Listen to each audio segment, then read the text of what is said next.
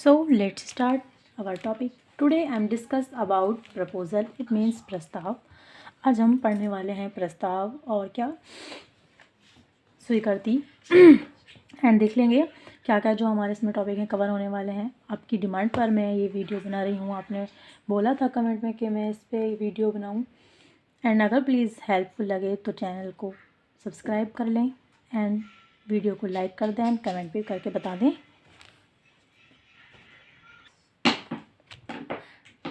सबसे पहले तो प्रस्ताव होता क्या है. तो सबसे पहले प्रस्ताव की जो एक नोट कर सकते हैं आप.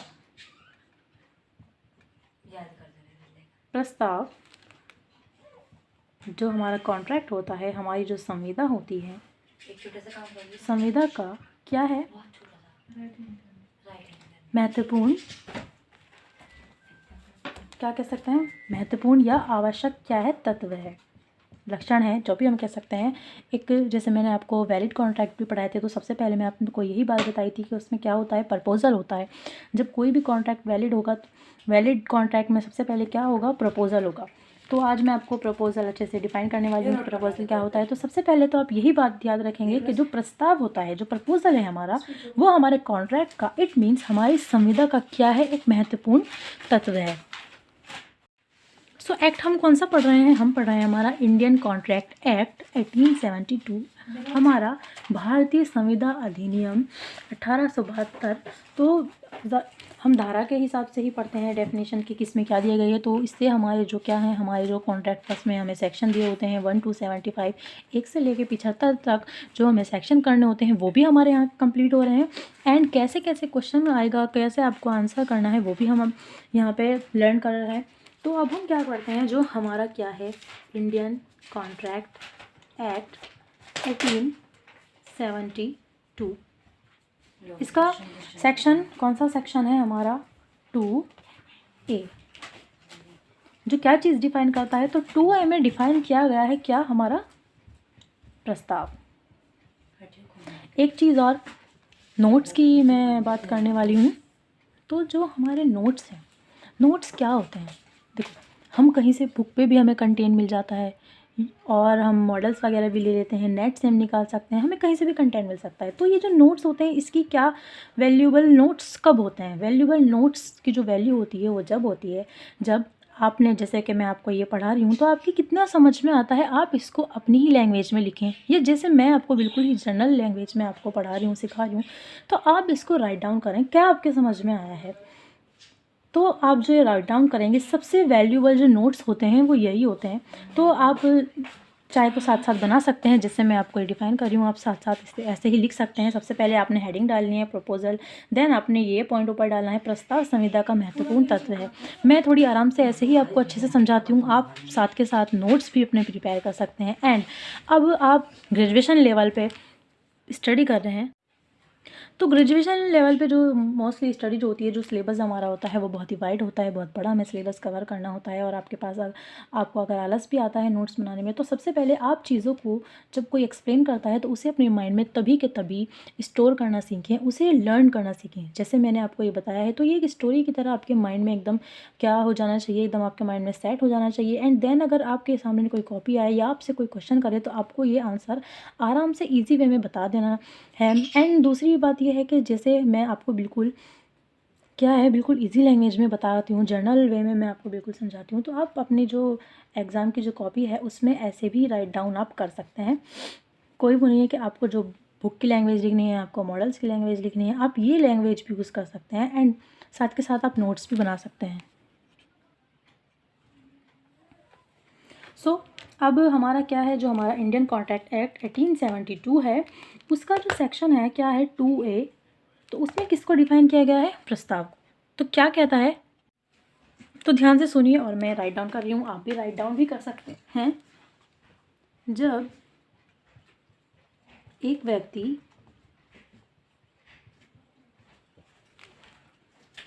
अपनी किसी इच्छा को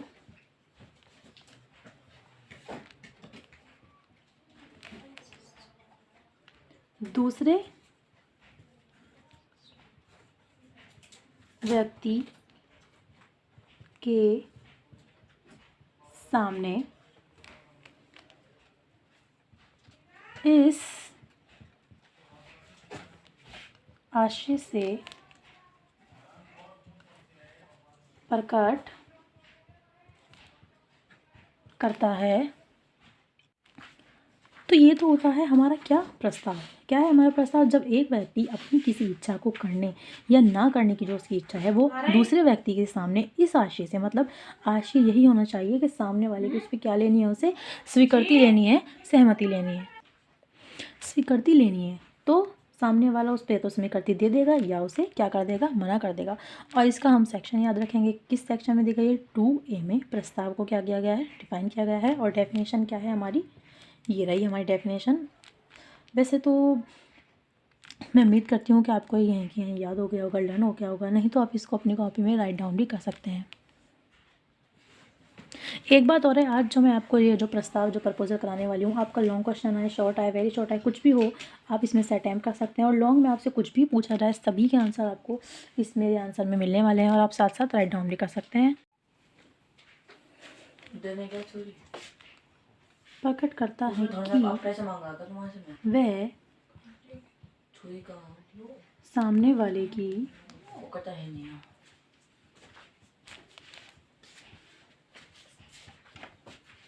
स्वीकृति अथवा सहमति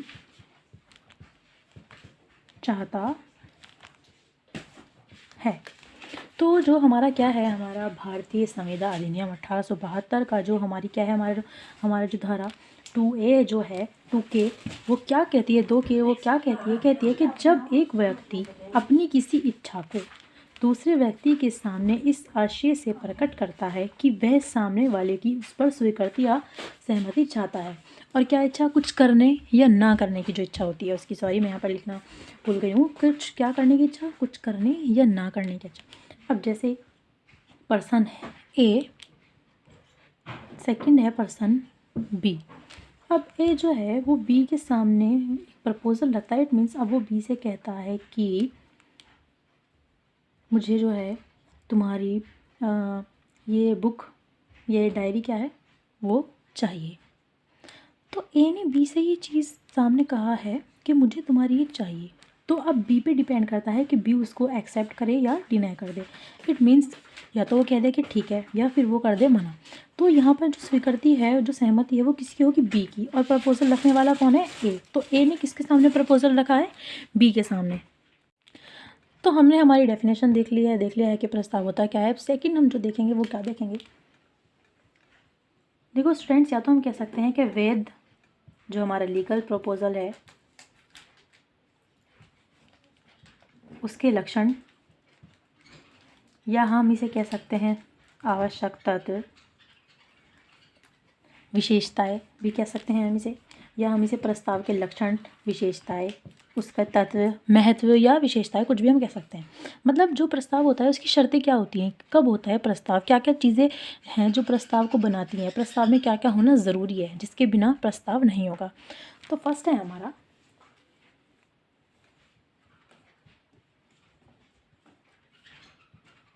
व्यक्ति। जाहिर सी बात है व्यक्ति होगा तभी प्रस्ताव रखेगा। अब व्यक्ति भी हमारे होते हैं 2 टाइप्स, ध्यान रखेंगे। 2 टाइप्स कैसे, एक तो होता है प्राकृतिक मानव, दूसरा है हमारा विधिक मानव। प्राकृतिक मानव वो होता है जिसे प्राकृतिक ने बनाया है, जैसे कि हमारा मानव जिसमें प्राणी आते हैं, इंसान। सेकंड है हमारा विधिक प्राणी, विधिक मानव जिसे कहा गया है। तो उसे किसने बनाया है, उसे विधि ने माना है। वो कैसे, क्या क्या चीज़ें इसमें आ सकती हैं आप देख सकते हैं। जैसे कोई कंपनी, कोई एजेंसी या कोई फर्म जो होती है, तो इन्हें भी जो हमारी जो गवर्नमेंट है उसने क्या माना है, इन्हें हमारी जो विधि है उसने इनको क्या माना है, एक व्यक्ति माना है। तो इनके समक्ष भी हम क्या कर सकते हैं, प्रस्ताव कर सकते हैं, या ये भी प्रस्ताव कर सकती हैं। तो सबसे पहला जो लक्षण है व्यक्ति होना चाहिए, और व्यक्ति जो दोनों टाइप्स के हैं मैंने आपको बता दिए, प्राकृतिक मानव एंड विधिक मानव। विधिक मानव क्या है, मैंने आपको बताया है कि विधिक मानव जो है वो विधि द्वारा मान लिया गया है, एक तरह से क्या कहते हैं उसको, कृत्रिम मानव भी कह सकते हैं। अज्यूम कर लिया गया है, इमेजिन कर लिया गया है कि जो कंपनी होती है वो भी क्या है, एक प्राणी है, इट मीन्स वो भी एक मानव है। विधिक मानव माना गया है एजेंसी या कोई फर्म। सो ये तो था हमारा फर्स्ट पॉइंट, क्या है कि व्यक्ति होना चाहिए, काहे के लिए, प्रस्ताव के लिए। अब देख लेते हैं जो है हमारा सेकंड पॉइंट वो क्या है, अनुमति, सहमति या स्वीकृति जिसे हम कहते हैं। अनुमति प्राप्त करने का आशय,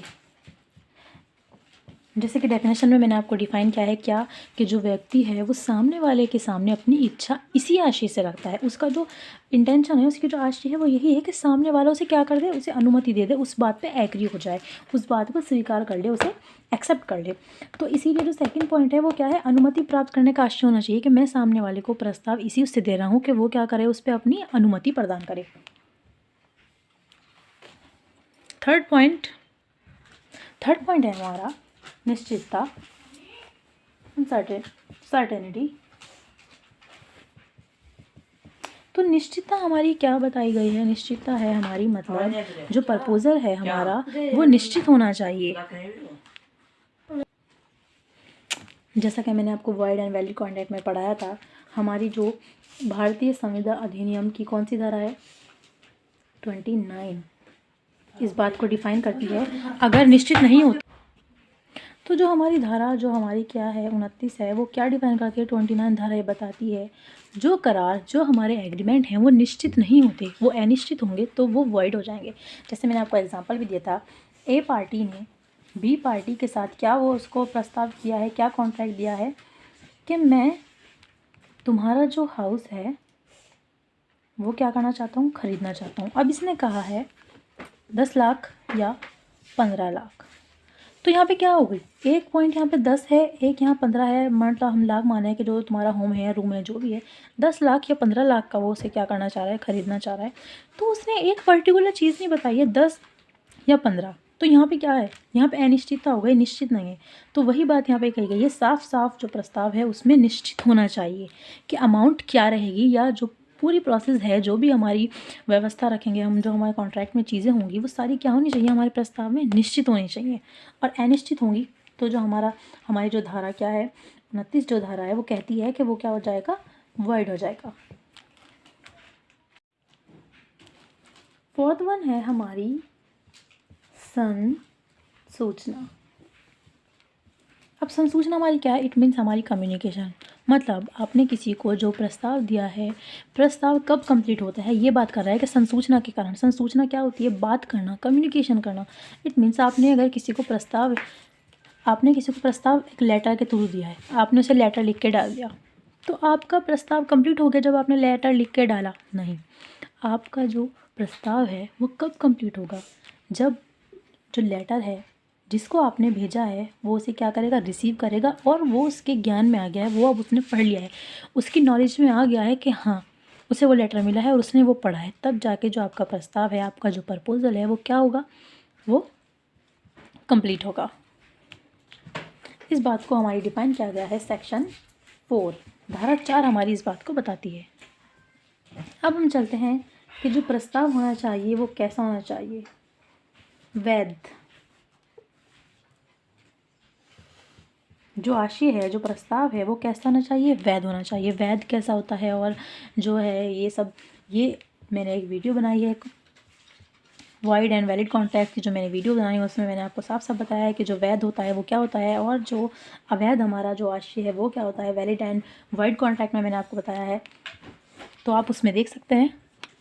अगर आप कंप्लीटली इसको एक्सप्लेन करना चाहते हैं कि वैध आशय क्या है, अगर आप कंप्लीटली पढ़ना चाहते हैं तो आप मेरी वीडियो में देख सकते हैं। तो ये तो थे क्या हमारा जो वैध प्रस्ताव होगा, या हमारे प्रस्ताव के लक्षण, तत्व, विशेषताएं, गुण जो भी है। तो हमारा प्रस्ताव कब होता है, जब व्यक्ति होंगे, 2 व्यक्ति होंगे, अनुमति प्राप्त करने के आशय से आप प्रस्ताव रख रहे हो, आपका जो प्रस्ताव हो वो निश्चित हो, आपकी संसूचना हो गई, इट मीन्स उसके ज्ञान में आ गया हो, और जो हमारा आशय है जो वैध आशय होने चाहिए, हमारा जो प्रस्ताव है वो क्या होना चाहिए, वो लीगल होना चाहिए। तो ये तो थे, हमने अपने प्रस्ताव की डेफिनेशन पढ़ ली है और हम अपने प्रस्ताव के लक्षण पढ़ लिए हैं। अब हम अपना नेक्स्ट पढ़ने वाले हैं। अब हम पढ़ेंगे कि प्रस्तावना, जो हमारा प्रस्ताव है उसका क्या रद्द किया जाना, वो कब रद्द होगा, इट मीन्स वो कब हम ख़त्म कर सकते हैं। तो पहली बात तो यही है कि प्रस्ताव आपने जो रखा है, जैसे कि मैंने आपको कम्युनिकेशन बताया था कि सामने वाले के ज्ञान में आ जाना चाहिए। तो अगर जैसे एक पर्सन ए है, सेकंड पर्सन बी, तो ए ने बी को लेटर लिखकर डाल दिया है पोस्ट में। अब वो लेटर बी को जब तक नहीं मिल जाता तो ए क्या कर सकता है, अपना प्रस्ताव रद्द कर सकता है। इट मीन्स अपना जो प्रस्ताव है वो ख़त्म कर सकता है। लेकिन अगर वो बी के पास चला गया है, बी ने उसे पढ़ लिया है और फिर अगर वो अपनी स्वीकृति उस पर दे देता है, तो जो प्रस्ताव है वो हमारा क्या नहीं होगा, वो रद्द नहीं किया जा सकता। तो प्रस्ताव एक ही जो कंडीशन है उसमें क्या हो सकता है, रद्द हो सकता है, ख़त्म हो सकता है, अगर बी के वो ज्ञान में नहीं आए। अगर यह ज्ञान में आने से पहले ही हम मना कर दें कि हमने जो प्रस्ताव दिया था वो क्या था, वो हमने वापस ले लिया है, तो जो हमारा क्या है, जो हमारा स्वीकार करता है, उसके स्वीकार करने से पहले अगर हम उसे रद्द कर देते हैं तो हमारा जो प्रस्ताव है वो रद्द हो जाता है। अदरवाइज़ अगर उसने वो स्वीकार कर लिया है, एक्सेप्ट कर लिया है, तो क्या होगा, तो हम अपना प्रस्ताव रद्द नहीं कर सकते। तो अब हम पढ़ने वाले हैं अपनी प्रस्ताव के प्रकार, टाइप्स ऑफ प्रपोजल।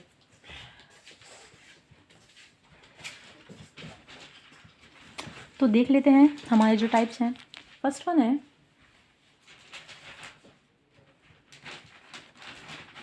विशिष्ट प्रस्ताव।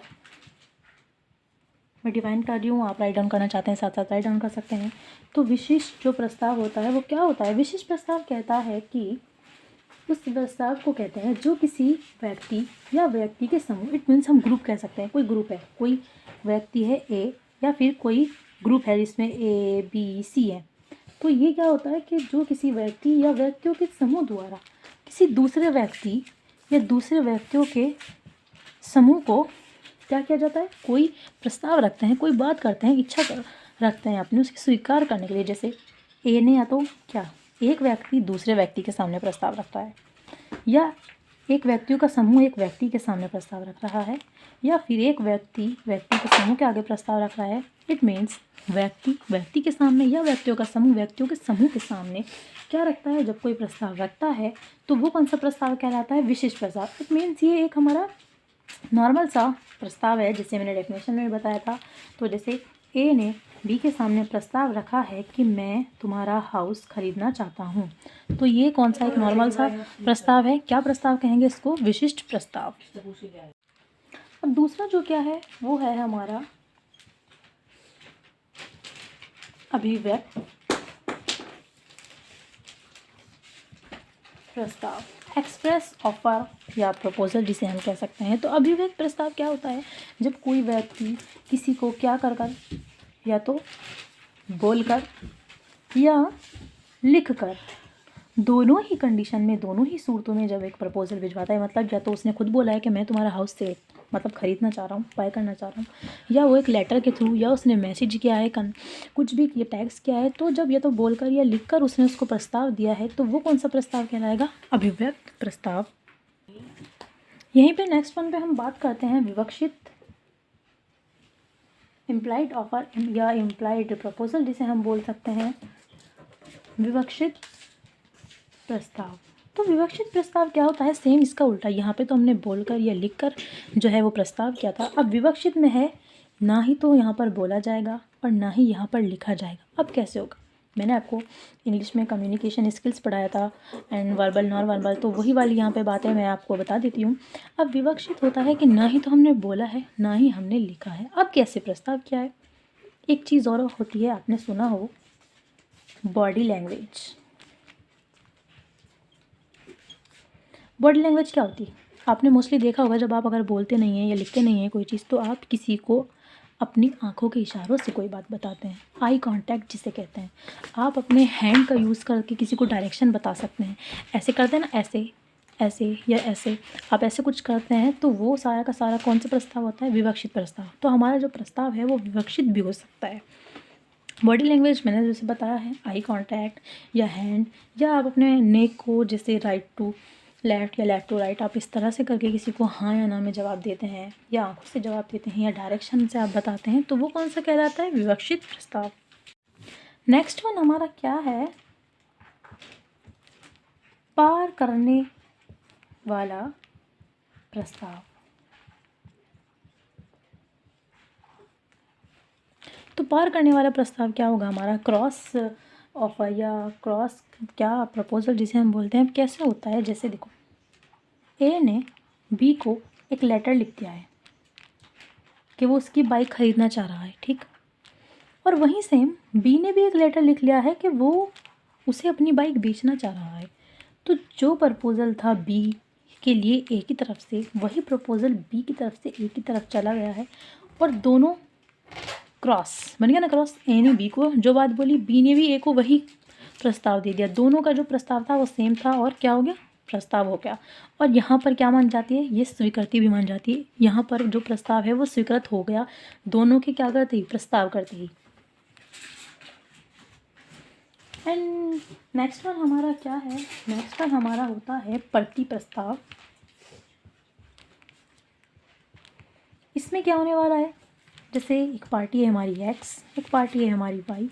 तो एक्स ने वाई से कहा है कि मैं तुम्हारी जो वॉच है वो 100 रुपीज़ में ख़रीदना चाहता हूँ। देखना, प्रपोज़ल एक्स ने दिया है वाई को कि जो वॉच है मैं तुम्हारी कितने में ख़रीदना चाहता हूँ? 100 रुपीज़ में। तो वाई ने उसे कहा है मैं तुम्हें अपनी वॉच बेचना चाहता हूँ 150 रुपये में। तो क्या हुआ? एक्स ने प्रपोज़ल दिया था वाई को, और वाई ने उसके ऊपर से एक नया प्रपोज़ल दिया है एक्स को। तो यहाँ पे जो प्रपोज़ल हैं वो दोनों क्या हो गए? पहले वाले में क्रॉस हो रहे थे क्योंकि सेम प्रपोज़ल थे। उसने खरीदने की बात करी, उसने बेचने की, और अमाउंट भी दोनों के सेम ही होते हैं। लेकिन इसमें क्या है? ए का प्रपोज़ल अलग है, और सॉरी एक्स का प्रपोज़ल अलग है, और वाई ने उसी के ऊपर से एक नया प्रपोज़ल दिया है। तो ये जो प्रपोज़ल है वो कैसा प्रपोज़ल हो गया हमारा? प्रति प्रस्तावना, जिसे हम बोलते हैं प्रति प्रस्ताव हो गया है। मतलब प्रपोज़ल के ऊपर ही प्रपोज़ल, प्रस्ताव के ऊपर एक और प्रस्ताव।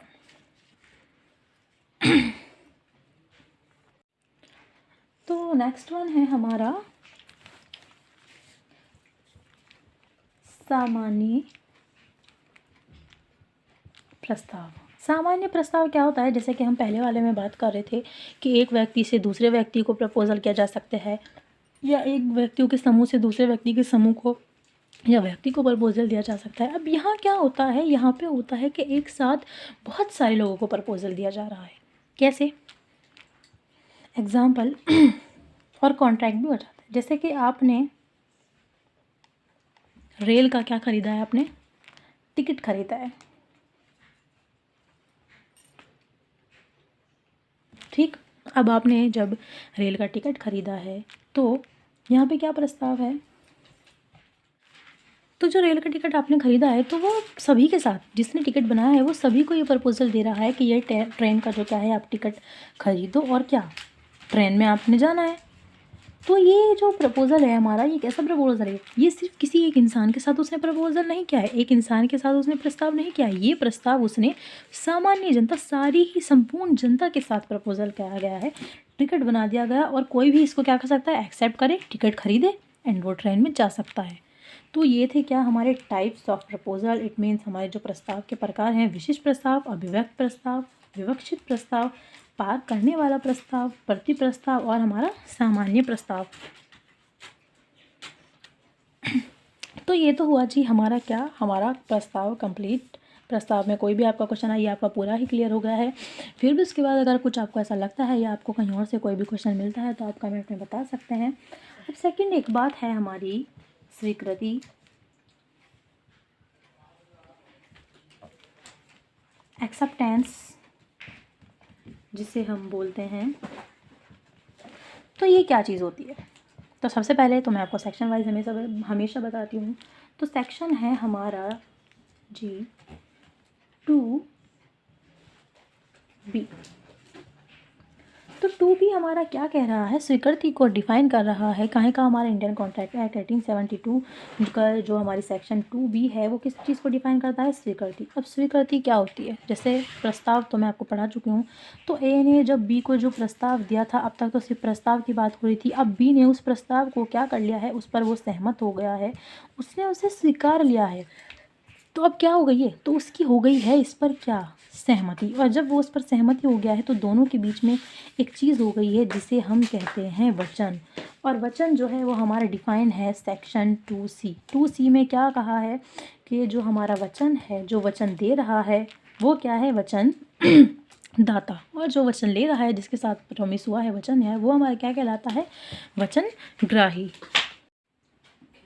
सो ऑलमोस्ट मैंने आपको सारे के सारा जितना भी हमारा कॉन्ट्रैक्ट के इंपॉर्टेंट क्वेश्चन है सभी पे आपके यहाँ पर कवर हो गए हैं। जैसे कि मैंने आपको क्या क्या पढ़ाया है, void contract and valid contract. तो उसी के अंदर मैंने आपको पढ़ाया है कि संविदा के लिए सक्षम कौन है, या जो सहमति है वो कब पूर्ण होती है, या सहमति पूर्ण नहीं होती तो उसके अंदर मैंने आपको पढ़ाया है कपट, मिथ्या उद्देश्य, मतलब सेक्शन 15, 16, 17, 18 और मिस्टेक ऑफ फैक्ट मैंने आपको पढ़ाया है। मैंने आपको इन्हीं सभी वीडियो, अगर आप ये मेरी 5 to 6 वीडियो होंगी मैक्सिमम, अगर आप इन सभी को देखेंगे तो आपका जो कॉन्ट्रैक्ट का सिलेबस है वो पूरा ही हो जाएगा। आई थिंक सारी के सारी ही मैंने टॉपिक उसमें कहीं ना कहीं, क्योंकि सारे टॉपिक जो हैं हमारे कॉन्ट्रैक्ट के वो एक दूसरे से जुड़े हुए हैं, लिंक हैं, सबके अंदर कुछ ना कुछ जो है एक दूसरे से जुड़े हुए हैं। तो मैंने सभी को आपको बहुत अच्छे से डिफ़ाइन किया है। तो आप कंप्लीट करना चाहते हैं अपना कॉन्ट्रैक्ट, वैसे भी मार्च या अप्रैल में जो है हमारे एग्ज़ाम होने वाले हैं 3rd सेम के, कॉन्ट्रैक्ट फर्स्ट जो है हमारा, तो उसमें के लिए आपको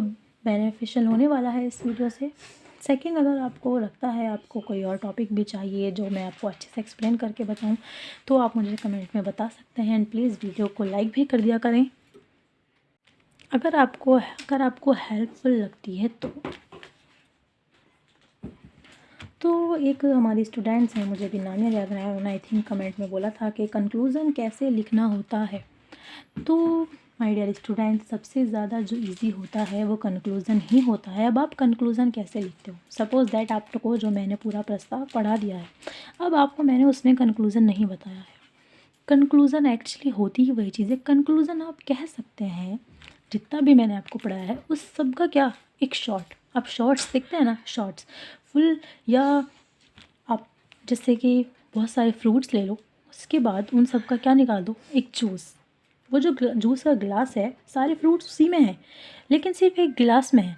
तो वही होता है हमारा कंक्लूज़न। अब कंक्लूज़न कैसे होता है, कंक्लूज़न होता है जब आप पूरा टॉपिक रीड कर लेते हो, पढ़ लेते हो, उसके बाद उसमें आपने क्या क्या पढ़ा है वो सब आपको एक शॉर्ट फॉर्म में लिखना होता है। और आप उसे थोड़ा ब्रीफ भी कर सकते हो कि आपको क्या क्या इस बात से समझ में आया है, तो वो आपको वहाँ राइट डाउन करना होता है। जैसे कि मैंने आपको पढ़ाया प्रस्ताव क्या होता है, तो आप उसमें 2 या 3 लाइन में लिखोगे कि प्रस्ताव होती क्या चीज़ है, बिल्कुल बेसिक।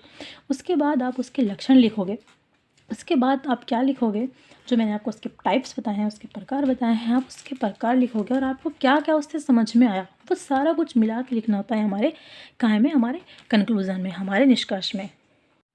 जैसे मैंने आपको पूरा प्रस्ताव पढ़ा दिया था, उसके बाद अब जैसे मैं उसका निष्कर्ष इस तरह लिखूँ, अगर मैं आपको ये बताऊँ, ऐसे ही मैं अपने ऐसे लैंग्वेज में लिख रही हूँ, आप भी ऐसे ही जो भी आपको समझ में आएगा आप लिखेंगे। तो सबसे पहले तो मैंने आपको क्या बताया था, अगर याद हो आपको, तो मैं लिखूँगी प्रस्ताव संविदा, या मैं लिख सकती हूँ वैध संविदा का एक महत्वपूर्ण तत्व है या आवश्यक तत्व। जो मुझे समझ में आ रहा है मैं वो लिखे जा रही हूँ, आपको भी ऐसे ही करना है, जितना आपको समझ में आया आपको लास्टली वो लिखना है। तो प्रस्ताव जो है वो संविदा का एक महत्वपूर्ण अंग है। फिर मैं लिख रही हूँ प्रस्ताव में व्यक्तियों का होना आवश्यक है। फिर मैं लिखूँगी व्यक्ति प्राकृतिक या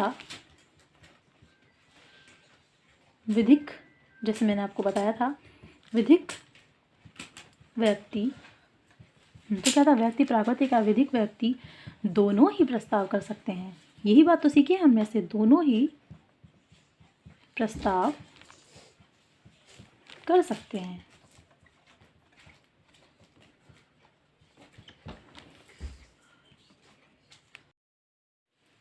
फिर मुझे इसमें और इम्पोर्टेंट बात क्या लगी, तो मैं इसमें जैसे कि और प्रस्ताव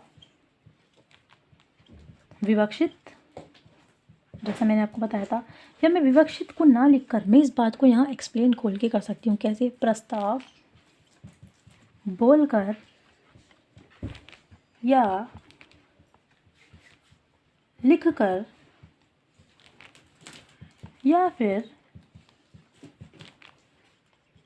आचरण, जैसे मैंने आपको बताया था बॉडी लैंग्वेज, आप आंखों से या आप अपने हैंड से किसी भी इशारा वगैरह करके जैसे हम बोलते हैं कर सकते हैं, तो या फिर आचरण द्वारा भी किया जा सकता है।